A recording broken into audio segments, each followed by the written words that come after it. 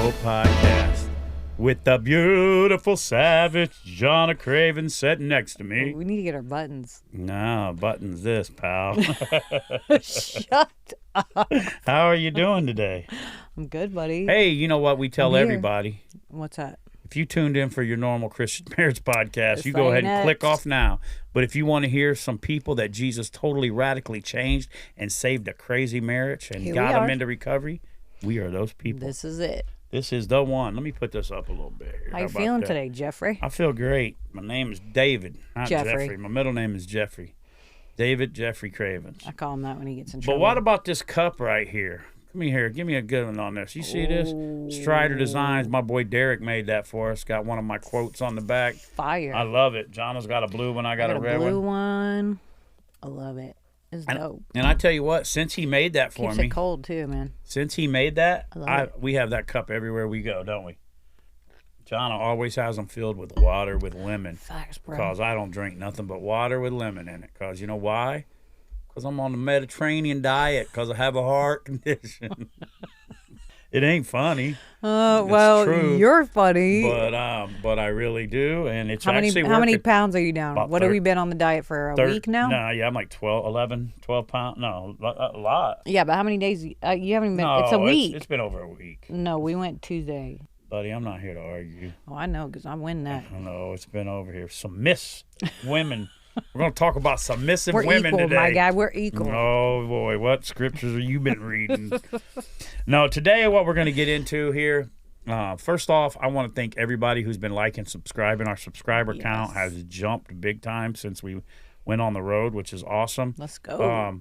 Getting emails about people's marriages and people in recovery from our post or from whatever. So we're grateful because we all know Jesus left the 99 to get the one. That's it. Speaking of that, 99 to 1 shirts have sold out again. Oh, my gosh. But we can get them at will. We can make them. A lot of people, when they buy it, they just get the black and white. Mm-hmm. But if you specify colors, we can, because you'll see me wear all different colors. I got baby blue and white, army green. But on the website itself, it doesn't have that on there. Right. So everything's going to be reworked, where all the merchandise is coming up, where you can buy our jerky.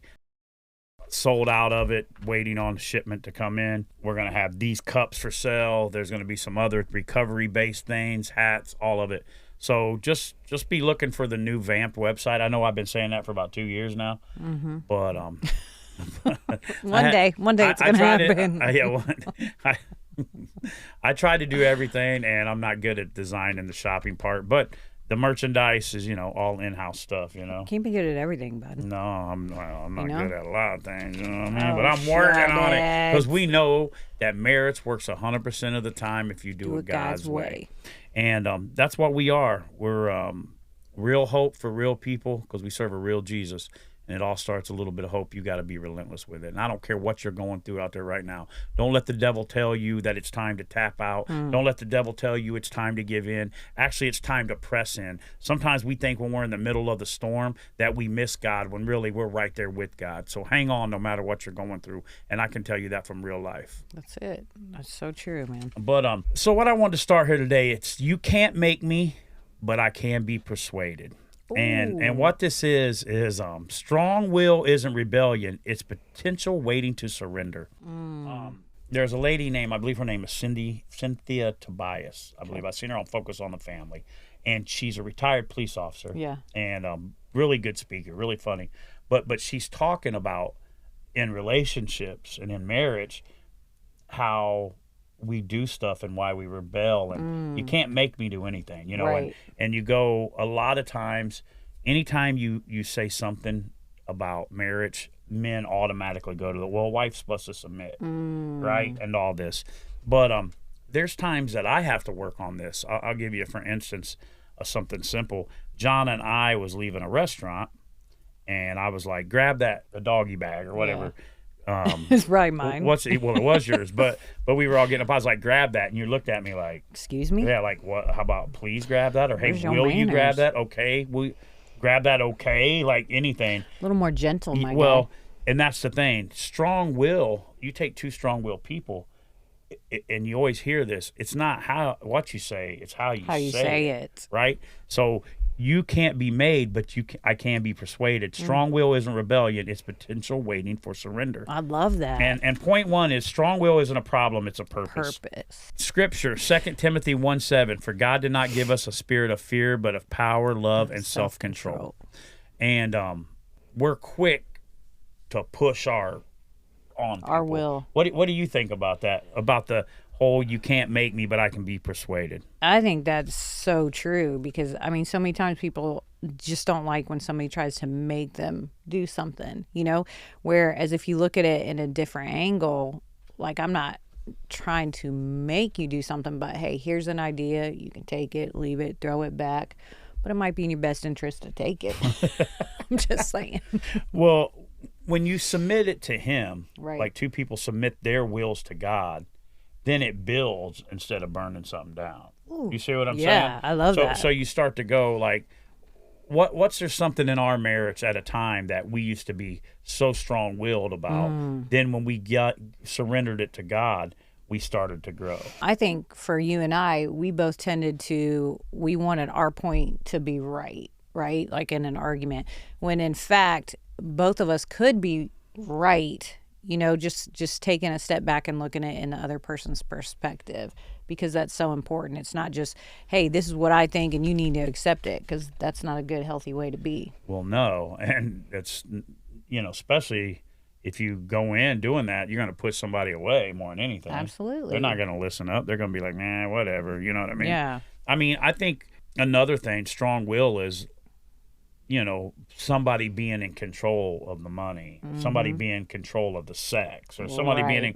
you know, it has to be, hey, you know, let's take sex, for instance. You know, you can't lead me like, hey, come on, we got to have sex right now. Let's do this. Although you would be like, okay. Well, yeah, I'd be like, hey, let's go. Rock and roll. But no.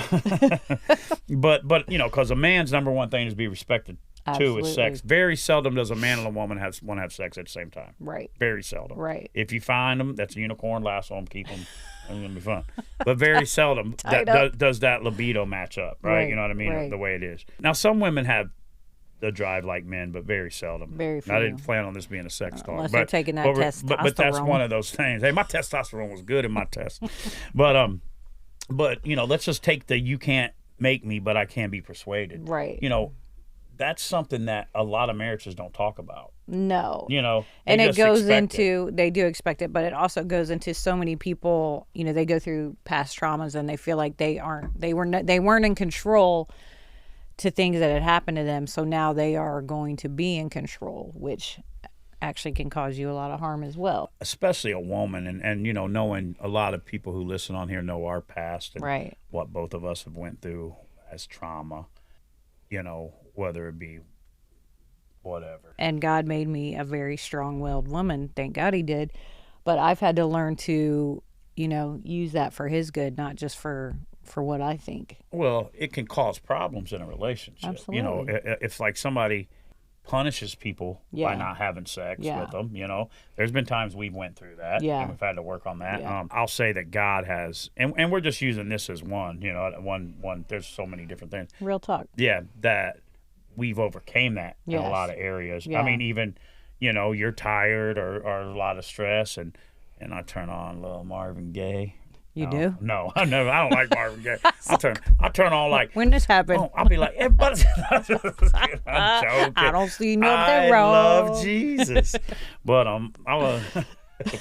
but you know, that's something that we've learned to communicate. Yes. And you know, for lack of a better word, where a lot of growing in our marriage, a lot of training in our marriage, a lot of communication in our marriage. And that's what I mean, training as far as communicating, knowing how to talk out things, conflict resolution, seeing empathy, seeing things from your angle versus my angle. Yes. And you know, when we first got married, I'm like, yeah, I understand this happened to you. Stuff happened to me too, but shut the door. Right? You know what I mean? Like, I'm hopeless romantic. That's romantic. No, but I'm saying though, but that, in your mind, that's what you're like. Okay. Yeah. But as you grow and you're empathetic, you got to say, you know, women and men, you have to be persuaded. You know what I mean? Women are like a slow cooker, and men are like the microwave. That's right. pop that sucker in there and let's go. We were like, hold up. Slow down.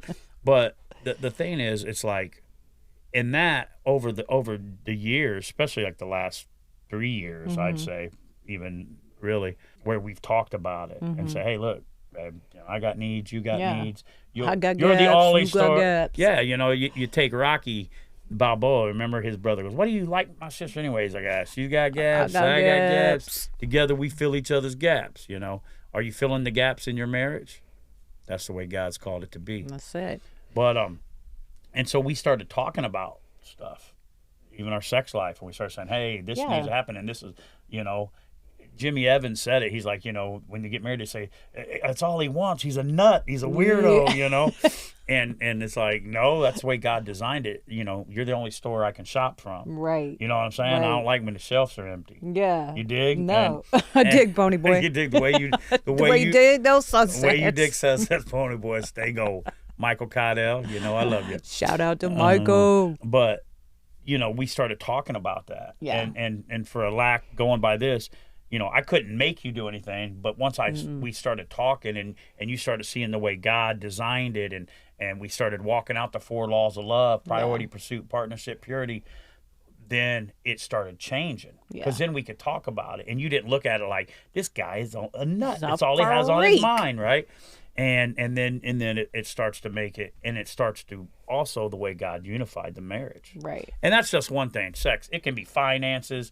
It can be kids. Buying Amazon. It could be Amazon packages for your granddaughter. It could be all kinds. Shout out to my granddaughter, Liliana. She loves me the most. That's what I heard. Yes, she does. She's crazy. They all do. Point 2, you can't control people. You can only influence them. I like that. And that kind of goes hands. The scripture I got here is Proverbs. It's my turn. Yeah. Read that then. Proverbs 15, verse 1. A gentle answer turns away wrath, but a harsh word stirs up anger.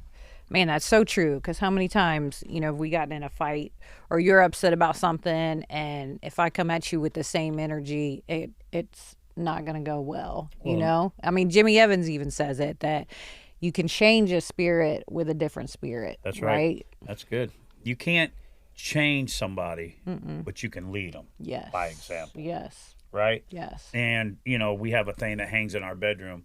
When you're walking out, it says, the most mature one apologizes first. Right. Doesn't it? Yeah. It says it right when you walk right out of our door. And I know when we started working on our stuff and was working through our problems, I started mastering that. To say, hey, remember, I'm sorry first. Yeah, you want a cookie? Yeah. See, I'm going to go ahead and apologize that she feels this way. No, but I really did, though. No, yeah. And for me, it goes back to that, the whole will thing. You're not going to make me say I'm sorry, right? I'm going to say I'm sorry when I'm ready to say I'm sorry. Never. No, I'm just kidding. You want to fight right now? You want a chokehold? But it's gotten, but really, we're being funny and transparent. But it's true. I can tell you over the last 5 years, 4 years, 3 years, 2 years, definitely the last year, how I've seen you grow, and apologizing. And in that, I have to say, because I have learned to be better about that. Not perfect, of course, because I will never be. But now I'm watching, my kids do it. I'm watching my daughter, who didn't used to say she was sorry at all, say sorry to her husband. I'm watching my younger daughter, Nevaeh. She's great about, because she's watched us do that. So she's great about apologies. The boys, but I think it's so different for girls, Yeah, I think girls are a little, girls get raised as they're the princess, and you're supposed to do everything for me a lot of times. I mean, so they expect you to apologize. Well, you should apologize. You're the man. You did this to me, right? Yeah. I mean, it's the way it is. But, going back to that, that's the reason why we do what we do, guys. The reason why we're on here doing this is not just for us, but it's, sometimes I think, nobody's listening, but there's a lot of people. There's a lot of people listening. That tune in and listen and say, hey, man, you guys are transparent, and when you share in your marriage, we're in the same spot. Right. And so that's why we will always share our story. And if you're out there, your story matters. You'll hear me say it time and time again. Somebody's ending can change by you telling them their story. Come on. Their ending of their story can change. So don't ever hesitate to tell it, no matter how flawed, messed up it is, because trust me, we got a crazy one. Absolutely. But going back to what I was saying was, I've watched you grow and apologize, and that means you could only be spiritually mature as how far you are emotionally mature. Absolutely. And we were both very emotionally immature people when we started out, and still can be sometimes. But we've definitely tried to put in the work. We grow. We take classes. We study. We teach. We get mentored. We mentor. And, you know, and that's just giving you something. I know in our relationship before, I used to try to keep a tally of how many times I apologized. Yeah, and you that's didn't. a problem, too. Yeah, I would be like, well, I mean, I got about 28 apologies coming here that you haven't. Like, good for you. And, you know, now you're quick to say, hey, Yes. I'm sorry, I shouldn't have did that, or I'm sorry, you know, I shouldn't have said that, or Right. we need to work together, or, and it goes back to exactly what you're saying, that you can't control people, but you can influence them. So by you taking that step first and leading and showing that, then I followed suit. And here's the last point. Surrender isn't weakness. It's wisdom. You want to know how strong somebody is? You heard me say it. See how much they surrender. I used to think, you know, if I admit this or if I do that, I'm weak. Right. And that's the Well, it's kind of what we were taught, though. Yeah. You know? Yeah. It's like Proverbs 16:32. Better a patient person than a warrior, one with self-control than one who takes a city. You know, that's true. That you must yield to God and have self-control. Yeah. Nobody's more strong than somebody that can keep cool in a situation. Absolutely. You know, I've heard DDP say, if you control, you know, that you control. It's true. Yeah, he leads by example with that. Like think of Bruce Lee though. He's always calm. Yeah, quick. But you know, really though, if you can be self-controlled, that's not weakness. That's wisdom. No, and true strength is choosing to yield to God first. Yeah. You know, no matter what anybody else is saying, it's finding out, okay, God, how am I supposed to handle this? And being submissive with that. Two strong-willed people surrendering their will to God, that's how a marriage grows. Come on. If the God's in charge and your will is to him, then you'll start to see change. Because we were two strong-willed people, and now we try to yield those strong wills to God. Absolutely. Am I wrong? No, and mental submission brings unity. Yeah. Pride brings division. That's right. What is it? That's Look a at the good camera point. and say it. Mental submission brings unity, and pride brings division. Pride Good. is not a good thing. It all starts with pride. Every sin starts with pride. Every argument and I'm not talking about healthy conflict. I'm talking about an argument where people get hurt and say things they shouldn't. Right. It all starts out of pride. It starts out of, well, I'm right in this, and she shouldn't da-da-da-da. Right, You know what I mean? right. No, 100%. And so it all comes back to, you can't make me, but I can be led. If you're out there in your marriage right now and you're having some trouble, maybe you're having trouble in recovery, like, you know, I've learned something about having kids that are in addiction. Yeah. You can't make them do anything.